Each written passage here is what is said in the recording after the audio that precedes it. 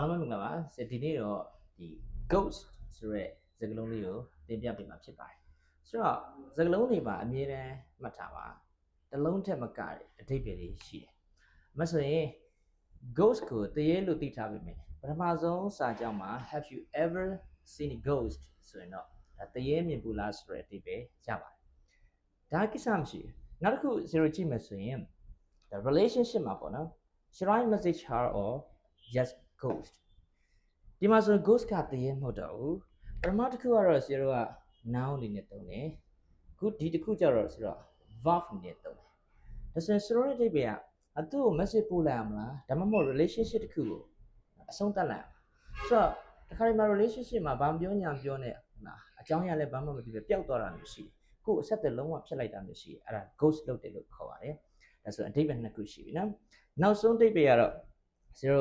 Justin Bieber ရဲ့တခြင်းလေးဟုတ်လားဒီစာသားလေးဒါ ghost ဆိုတဲ့တခြင်းလေးอ่ะဗောနော်ဒီမဲ့ if I can get close to you I'll settle for the ghost of you အဲ့ဒီမှာ ghost ကိုဘာသာပြန်တဲ့အခါနော် online ပေါ်မှာလည်းဟိုအင်္ဂလိပ်တခြင်းတွေကိုဘာသာပြန်တဲ့အခါသူရဲ့ grandfather တရေနဲ့ပတ်သက်ပြီးတော့ပေါ့နော်အဲ့တော့ဟိုတရေလို့ grandfather ရဲ့တရေကိုအဲ့လိုမျိုးပြမဟုတ်တရေမဟုတ်ဝိညာဉ်လို့လည်းဘာသာပြန်မဟုတ်ဝိညာဉ်ကိုလည်းပြောရတယ်မဟုတ်ဘူးတရေကိုပြောရတယ်နော်အဲ့တော့ဒီသူရဲ့ grandfather ရဲ့ဝိညာဉ်နဲ့ပေါ့နော်အတူနေမယ်ဒါမျိုးတွေပါအဲ့လိုမဟုတ်ဆိုတော့ ghost ရဲ့အဓိပ္ပာယ်ဆိုတော့သိဖို့လိုတယ်ဒါဆိုရင်တော့ Justin Bieber ရဲ့အချင်းပါဆိုရင်ဒီလိုမျိုး if I can get close to you မင်းနဲ့မနီးစပ်နိုင်တော့ဘူးဆိုလို့ရှိရင်မနီးစပ်နိုင်တော့ဘူးဆိုလို့ရှိရင်မင်းနာမှာမရှိနိုင်တော့ဘူးဆိုလို့ရှိရင်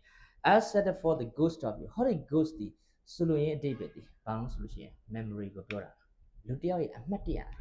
သူဘိနာမှာဝိညာဉ်နေတဲ့ရှိကောင်းရှိမယ်မရှိရင်လည်းမရှိအမှတ်တရလူတိုင်းမှာကိုဘိနာမှာရှိသည်ဖြစ်စေမရှိသည်ဖြစ်စေအမှတ်တရတွေဆိုတာရှိအဲ့ဒီအမှတ်တရတွေနဲ့ငါလက်ခံပြီးတော့နော်နေပါမယ်ဒီအမှတ်တရတွေအကောင်းသည်ဖြစ်စေဆိုသည်ဖြစ်စေနော် settle for ဆိုတဲ့အဓိပ္ပာယ် accept ဆိုတဲ့အဓိပ္ပာယ်ပါနော်ဆိုတော့ငါမင်းနာမှာမရှိနိုင်တော့ဘူးဆိုလို့ရှိရင်မင်းနဲ့တော့မနီးစပ်နိုင်တော့ဘူးဆိုလို့ရှိရင်မင်းအနီးနာမှာမရှိနိုင်တော့ဘူးဆိုလို့ရှိရင်မင်းရဲ့အမှတ်တရတွေနဲ့ပဲငါကြည်နူးလက်ခံနေပါမယ်ပေါ့နော်ဒါကိုပြောတာဒါဆိုရင်အဓိပ္ပာယ်ဆိုတော့ ghost ဆိုတဲ့အဓိပ္ပာယ်သုံးလို့ရပါတယ်ဒီကောင်ဒီကိုယ်သိနေကြတရေဝိညာဉ်ဆိုတဲ့အဓိပ္ပာယ်ဖြစ်ပါတယ်ဒုတိယတစ်ခုကတော့ဘာမပြောညာပြောနေ relationship တစ်ခုကိုအဆုံးသတ်လိုက်တာဘယ်ပြောက်သွားမှလည်းမသိဘယ်လိုက်ရှာမှလည်းမသိတော့ ghost လုပ်တယ်ပေါ့နော်နောက်တစ်ခုကတော့ဒီ memory ဆိုတဲ့အဓိပ္ပာယ်ဖြစ်ပါတယ်ဒါကြောင့်မလို့အင်္ဂလိပ်စာမေးတဲ့အခါဆရာ ghost ဆိုတာဘာကိုပြောတာလဲပေါ့နော် ghost ဆိုတာဘာကိုပြောတာလဲလို့မေးမဲ့အစားဒီလို context အကြောင်းအရာတွေနဲ့မေးမှသာလေဘာကိုဆိုလိုချင်လဲဒီအဓိပ္ပာယ်ကဘာကိုဆိုလိုချင်လဲဆိုတာဆရာတွေကပြောပြလို့ရတာဖြစ်ပါတယ်တခါတည်းမှာဒီအကြောင်းအရာဆိုတဲ့သဘောတရားတွေစာကြောင်းတစ်ကြောင်းနဲ့တောင်မပြည့်စုံတခါတည်းမှာစာပိုက်ကြီးတစ်ပိုက်လုံးနှစ်ပိုက်သုံးပိုက်တခါတည်းတစ်ခုလုံး